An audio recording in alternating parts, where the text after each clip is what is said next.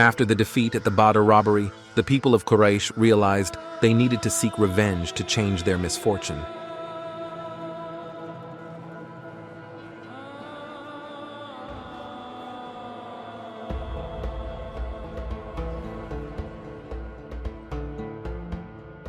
If we don't take action, nothing will stop Muhammad from continuously raiding us. We must alert our neighboring tribes and raise funds to organize a military campaign. After consulting with neighboring tribes, the Quraysh leaders raised 250,000 dirhams to organize a military attack. Great, we now have enough to avenge ourselves. Abu Sufyan organized the Quraysh army and led them towards Medina.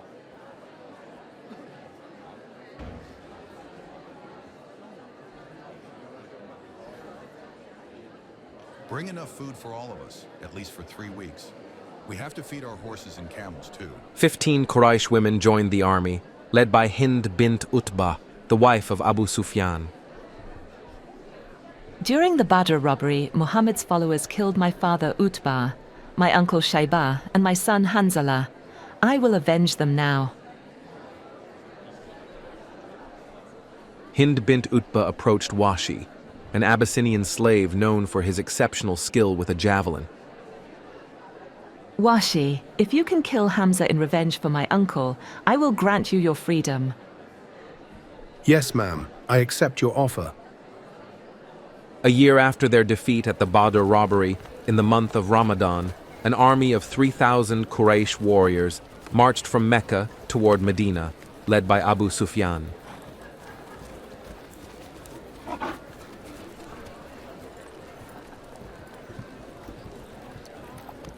The Black Army marched alongside them.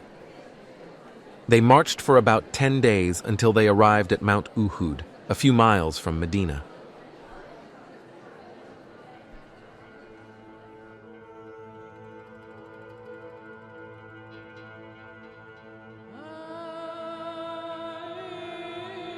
A spy named Hubab ibn al-Mundhir reported to Prophet Muhammad about the approaching Quraysh army. They are coming to attack us. Soon after, the news spread among the people of Medina that the Quraysh army was advancing. The Quraysh are here to attack us. We must prepare ourselves. That night, Prophet Muhammad had a dream. He was wearing armor. There was a notch in the blade of his sword, Dulfikar, and he saw slaughtered cows. He woke up feeling frightened. This may be bad news for us. In the morning, Prophet Muhammad discussed the matter with the Muslims in his mosque. We must stay in Medina. If the Quraysh army enters the city, we can fight them here. Abdullah ibn Ubay, the leader of the Khazraj tribe and one of the Muslims' strongest allies in Medina, said, I agree with you. We should not fight them outside the city. Yes, I dislike leaving Medina. However, some young Muslims, eager to engage in jihad and disappointed to have missed the opportunity at Badr, opposed the idea of holding back. O Rasulullah, lead us to confront our enemies. Don't let them think that we are too cowardly or weak to fight them. Yes, let us attack them now. O Rasulullah, I will not eat until I fight the Qurayshi pagans outside Medina with this sword. At the end, Prophet Muhammad agreed to their request. Let us prepare for the war. The Muslim army prepares for battle.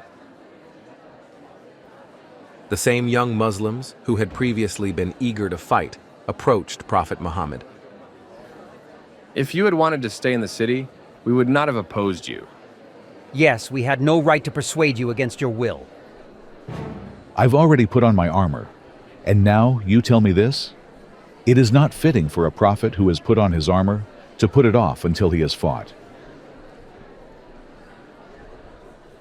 Prophet Muhammad led an army of 1,000 to Mount Uhud to meet the Quraysh army. Out of the 1,000 troops, 300 were Khazraj Muslim soldiers. They were led by Abdullah ibn Ubay. He told me he agreed with me, but then he changed his mind just to please his cronies. When they reached Al-Shaut, between Medina and Uhud, Abdullah ibn Ubay changed his mind completely. O my men, Muhammad obeyed them and disobeyed me. Why should we lose our lives here? Let him be content with his decision. We will not be a part of it. Let us go back now. Then Abdullah ibn Ubay withdrew his army.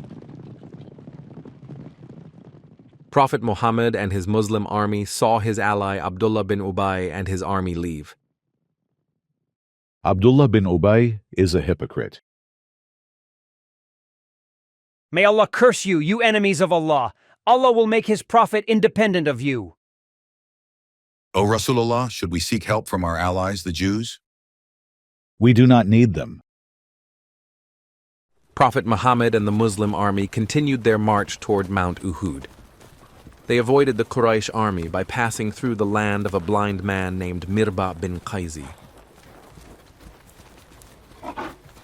Mirba's friend told him, Muhammad and his army are passing through your land right now. Huh? How dare they? Take me to them. You may be the apostle of God, but I won't let you pass through my garden. Then Mirba took a handful of soil from the ground. By God, Muhammad, if I could be sure I wouldn't hit someone else, I would have thrown this in your face. Kill him! Kill him!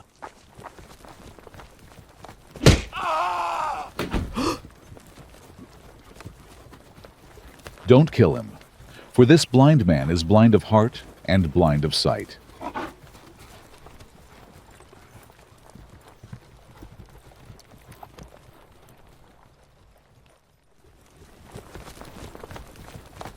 Prophet Muhammad and the Muslim army arrived at the base of Uhud,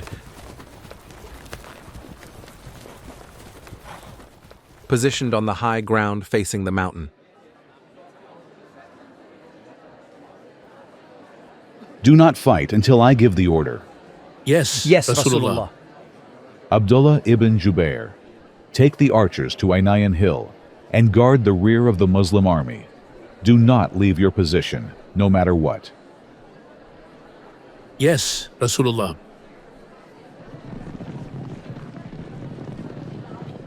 With the help of Talha bin Ubaidullah, Prophet Muhammad put on a double coat of mail. Prophet Muhammad had a hard time standing up, as the double coat of mail was quite heavy. Okay, who wants to take this sword? Give it to me. Give it to me, Ya Rasulullah. Eventually, Prophet Muhammad handed his sword to Abu Dujana, a skilled fighter known for his ferocity. Here, you can use it better than I can. Thank you, Rasulullah. The Muslim army began moving to face the Quraysh army. Zubair bin Awam commanded the armored Muslim soldiers, while Hazrat Hamza led the unarmored soldiers. The Quraysh army was also advancing. The center was led by Abu Sufyan bin Harb. Khalid bin al-Walid commanded the right wing, while Ikrimah bin Abu Jahl led the left wing.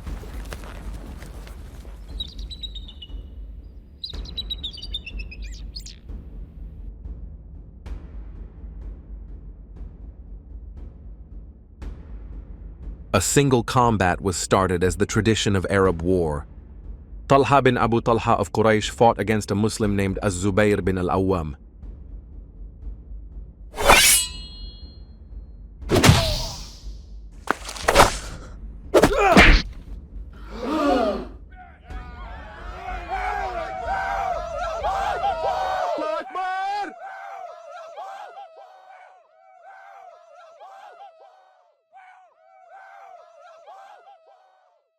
Rasulullah, Az-Zubair killed the first standard bearer of the Quraysh. Allahu Akbar. Every prophet has a disciple, and my disciple is Az-Zubair. Talha's brother, Abu Shaybah bin Abi Talha, tried to raise the Quraysh standard that was lying on the ground, but Hamza attacked him.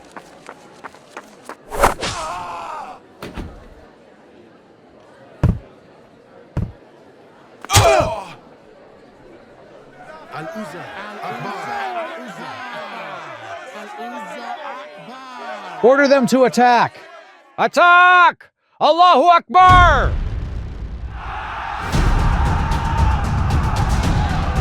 All Quraysh, attack! Al-Uzza Akbar!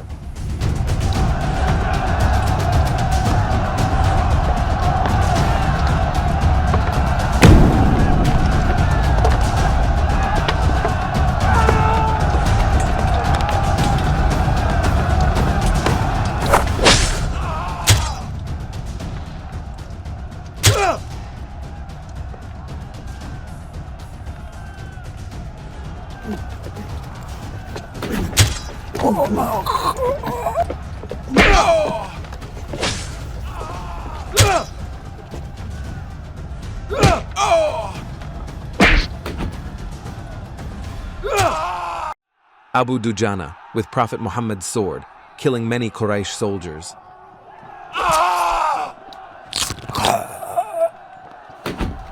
He heard someone shouting violently, inciting the Quraysh soldiers to fight.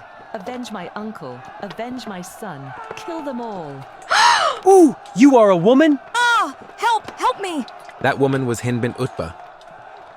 I almost kill you, but I respected the apostle's sword too much to use it on a woman. Meanwhile, Hamza called one of the Quraysh soldiers named Abu Niyar. Come here, you son of a female circumciser.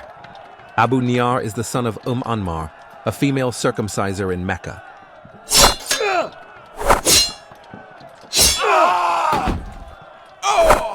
At that time, Washi, the black slave, was watching Hamza carefully. Hamza, I got my eyes on you.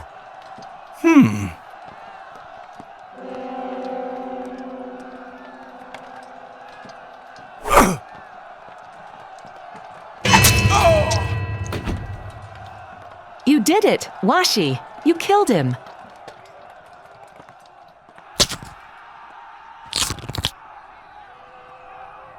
Washi cut open Hamza's body and took out his liver. This is for you, ma'am. I am doing this to avenge my father, who was killed by Hamza. Then Hind bint Utbah chewed Hamza's liver.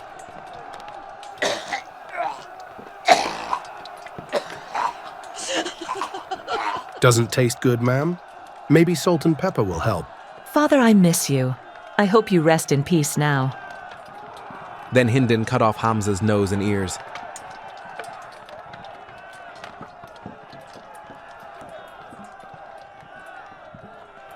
She used them to decorate her bracelet. And also her anklet. On the other side of the battle, Abu Sufyan fought against a Muslim named Hamza. A Quraysh soldier, Shaddad bin al-Aswad, saw that. Oh, thank you, Shaddad. No problem, sir. Although they were outnumbered, the Muslim army fought fiercely.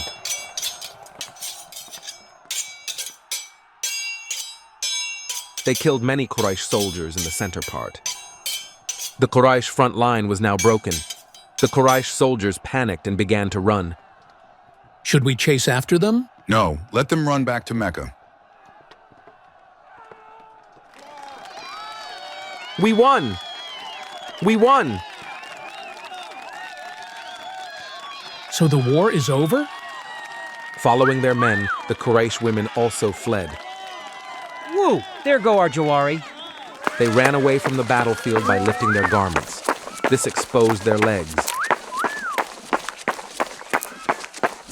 Hoy, wait for me, women. Let's get the spoils of war. Booty, where's my booty? The Muslim army immediately began to collect the spoils, swords, spears, shields, left behind by the dead and dying Quraysh soldiers.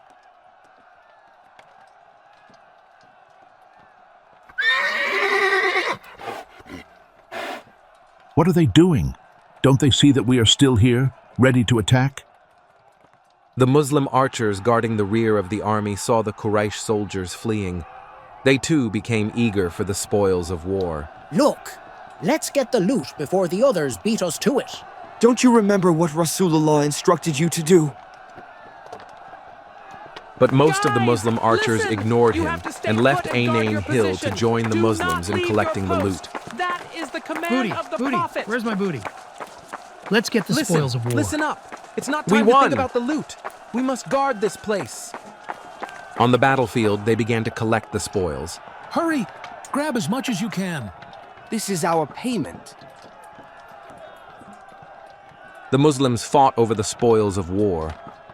Hey, I got this sword first. No, this is mine.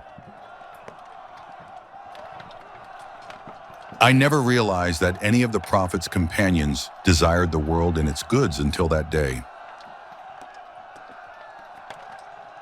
Khalid ibn Walid, one of the Quraysh commanders, saw an opportunity. Attack those archers. Khalid ibn Walid led the Quraysh cavalry to go to 𝐏𝐚𝐫𝐭 Hills. Arrows!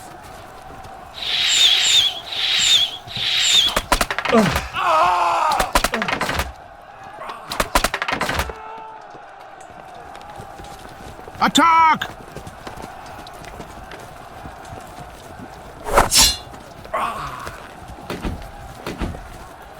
Khalid defeated the Muslim archer commander Abdullah bin Jubair.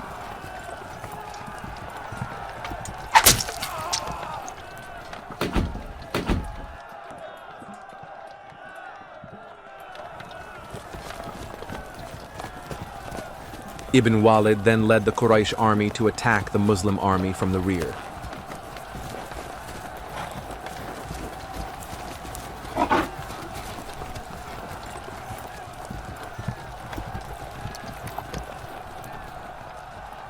Look, the Quraysh army. I thought we won already.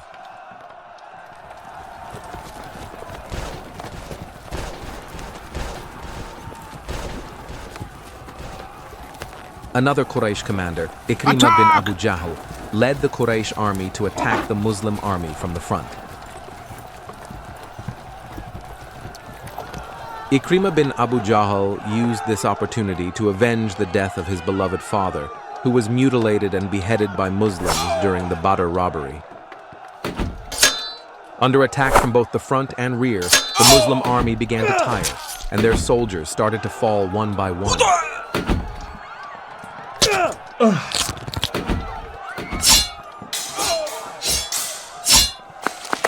Run! Run! Strong group of Quraysh infantry then advanced toward the Prophet's position.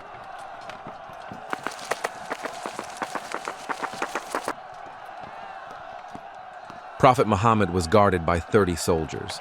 He couldn't believe that the enemies were suddenly in front of him. The Muslim defenders continued to fight, but many of them were cut down.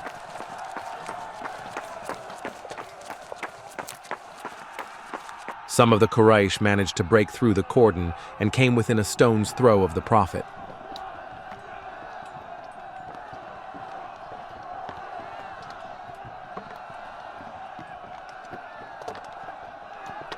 Utbah bin Abi Waqqas threw a stone at the Prophet.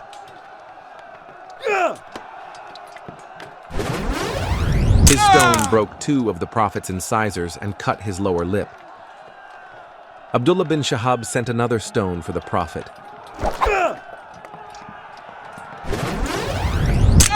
His stone struck the Prophet's forehead. Abdullah bin 𝐏𝐚𝐫𝐭 succeeded in penetrating the guards of the Prophet. Oh no! Ibn 𝐏𝐚𝐫𝐭 struck the Prophet's helmet hard, splitting it.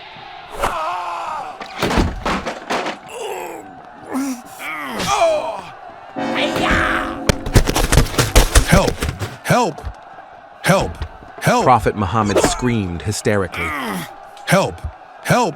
Who will give his life for us? Who will die for us? Save me! Help! Help! Hearing his desperate call, Ziyad bin al-Sakani, along with several other Muslims, stepped forward to protect Prophet Muhammad. The Quraysh soldiers came to confront them.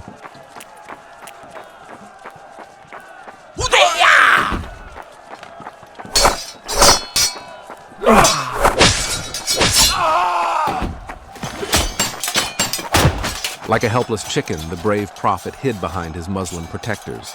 Oh no! Where is Allah? Where is Jibril? They are nowhere when you need them the most.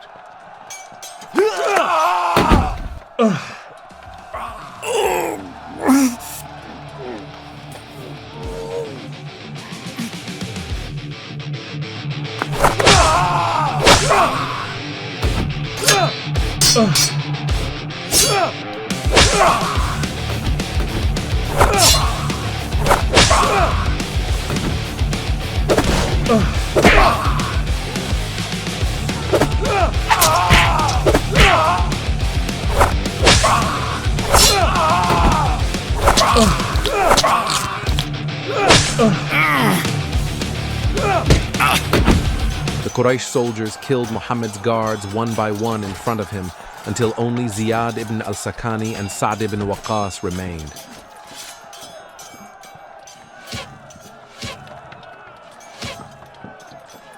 Shoot them! Shoot them all! May my mother and father be sacrificed for you. Realizing that his position was untenable and that he was extremely vulnerable to further attack, Prophet Muhammad began to run for his life. The standard bearer of the Muslims, Mus'ab ibn Umair, was nearby. He bore a striking resemblance to Prophet Muhammad. Ibn 𝐏𝐚𝐫 attacked and killed him, mistakenly believing that he had killed Prophet Muhammad. At last, I got you this time. Yo, listen. Muhammad has been killed. Yes, I killed him.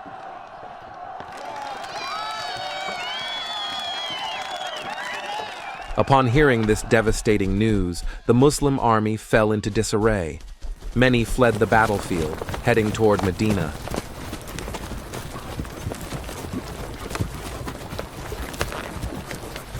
A Muslim named 𝐏𝐚𝐫 ibn Malik spotted the fleeing Prophet Muhammad and rejoiced, shouting loudly, Rasulullah is alive. He is still alive. Woohoo! An unnerved Prophet Muhammad, desperate to avoid detection, said, Shush! Let them think I am dead. The Quraysh had already heard that Muhammad was still alive.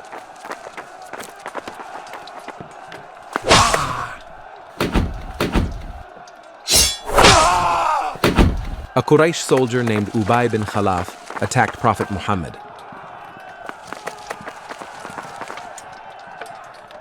The spear struck the side of his neck, but the injury was not serious because the spear did not penetrate. According to Sirat, Ubay bin Khalaf died en route to Mecca. Prophet Muhammad continued running to save his life.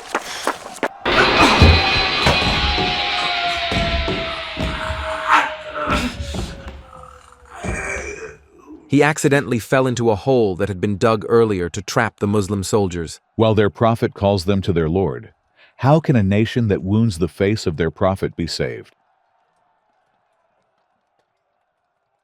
Prophet Muhammad's companions like Abu Bakr, Ali, Umar started approaching the ditch. Rasulullah, are you okay down there? Help! Help!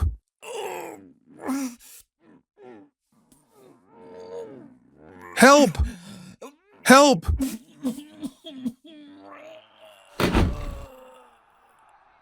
They helped the Prophet come out from the ditch.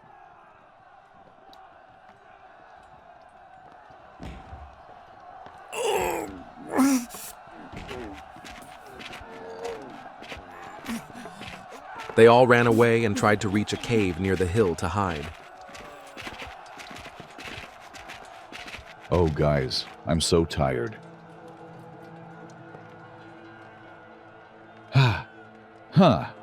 I'm so tired now.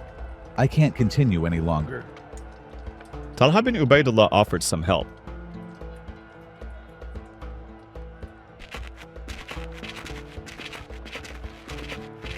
Talha has earned paradise for what he has done for me.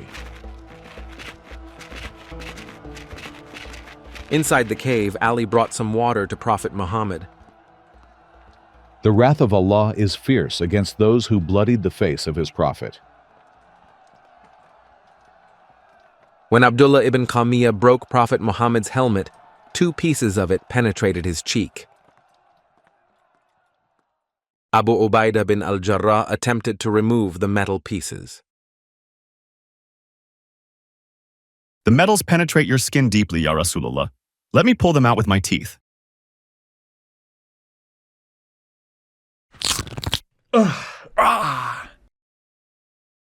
This caused one of his front teeth to break.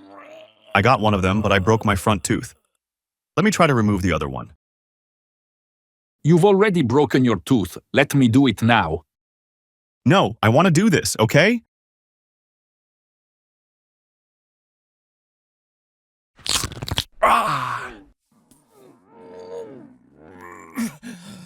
When he pulled the second metal piece out of the Prophet's cheek, another one of his incisors broke too. Ha ha! Your front teeth are missing. You too! Let's immortalize this event.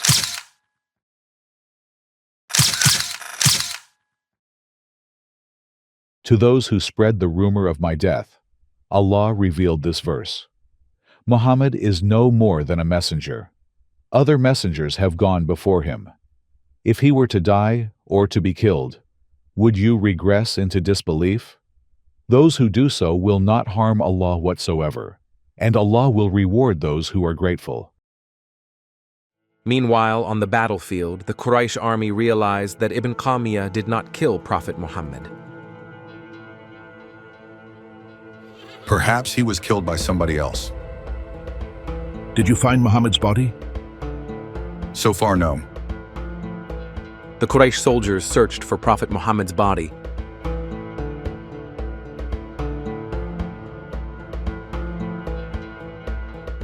No, it's not here. Abu Sufyan and other Quraysh commanders rode their horses to the top of Mount Uhud. My soldiers, you have done excellent work. Victory in war comes in turns. Today, in exchange for the day of Badr, show your superiority, O Hubal. Vindicate your religion. Hubal Akbar! Yo, Hubal Akbar!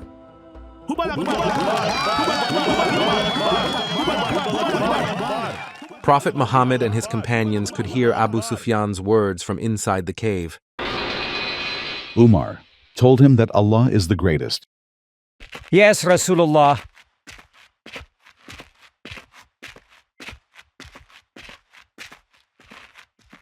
Allah is the Most High, the Most Glorious. We are not equal. Our dead are in paradise while yours are in hell. In response, Abu Sufyan called out to Umar, Come here to me.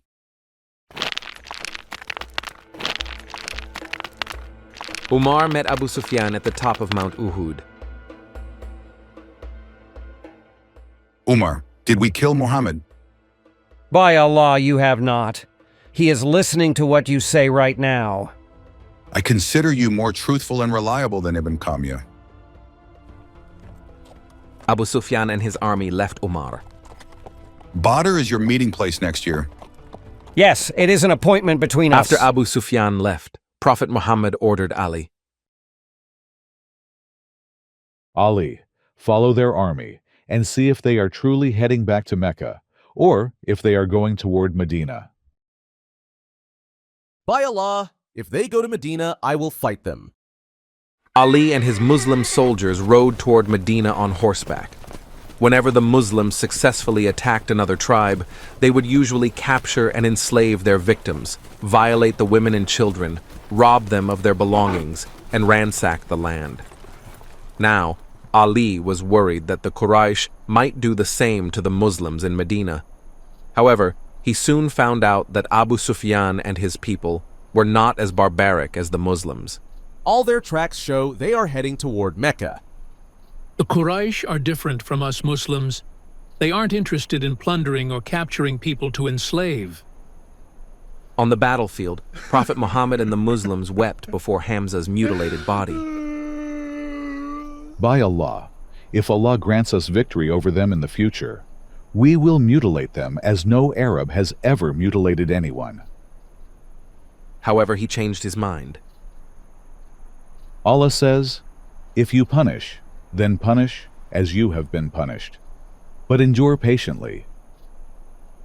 They buried their fallen Muslim warriors on the battlefield.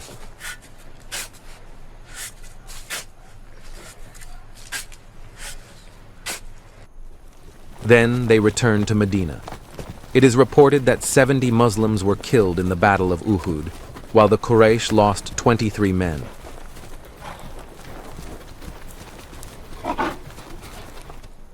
In Medina, a wounded warrior named 𝐏𝐚𝐫 was in immense pain. In Uhud battle, 𝐏𝐚𝐫 killed 8 Quraysh soldiers.